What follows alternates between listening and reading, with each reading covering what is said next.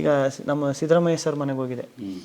ಅವರು ಮುಂಚೆನೇ DKD ಇದು ಮಾಡು ಡ್ಯಾನ್ಸ್ ಶೋ ಮಾಡಬೇಕಾದ್ರೇ ನಮ್ಮ ಊರವರೊಬ್ರು ಅವರೇ ಅವ್ರಿಗೆ ಹೇಳಿದ್ರಂತೆ, ನಿಮ್ಮೂರು ಹುಡುಗ ಚೆನ್ನಾಗಿ ಮಾಡ್ತಾನೆ ಕಣ್ರಿ, ಇವ್ರು ನಮ್ಮ ಮನೆಯವರು ನೋಡ್ತಾ ಇರ್ತಾರೆ, ಕರ್ಕೊಬರ್ಬೇಕು ಅನ್ಸತಿ ಅಂತ. ಆವಾಗ ಆಗಿರಲ್ಲ ಅಣ್ಣ. ಇವಾಗ ಆ ಅವಕಾಶ ಸಿಕ್ತು ಅಣ್ಣ. ಹೋಗಿ ಸಿದ್ದರಾಮಯ್ಯ ಸರ್ ಸಖತ್ತಾಗಿ ಮಾತಾಡಿ ಗುರ್ತಿಡ್ಬಿಟ್ಟು ಚೆನ್ನಾಗಿ ಪಾಪ್ಯುಲರ್ ಆಗ್ಬಿಟ್ರಲ್ರಿ ಅಂತೆಲ್ಲ ಮಾತಾಡಿಸ್ತಿದ್ರು. ಸಖತ್ ಖುಷಿ ಆಗ್ಬಿಡ್ತು ಅಣ್ಣ. ಸಿದ್ದರಾಮಯ್ಯನವ್ರ ಜೊತೆಗೆ CM ಅವ್ರ ಜೊತೆಗೆ 15 ನಿಮಿಷ ಮಾತಾಡಿದ್ರಿ ಅನ್ನುವಂಥದ್ದು. ಜೊತೆಗೆ ಅದೇ ನೀವೇ ಹೇಳಿದ್ರಿ ಅವ್ರ ಮನೆಯವರು ಕೂಡ ಇಷ್ಟಪಡ್ತೀನಿ ಅಂತ ಹೇಳಿದ್ರು ಅಂತ. ಮೇಡಮ್ ಇನ್ನೊಂದು ಹೇಳ್ಬೇಕು, ನಮ್ಮ ದರ್ಶನ್ ಪುಟ್ಟಣಿಯ ಸರ್ ಅವ್ರು ಹಾಕೊಂಡವ್ರೆ ಸುಮಾರು ಜನ ಅಣ್ಣ.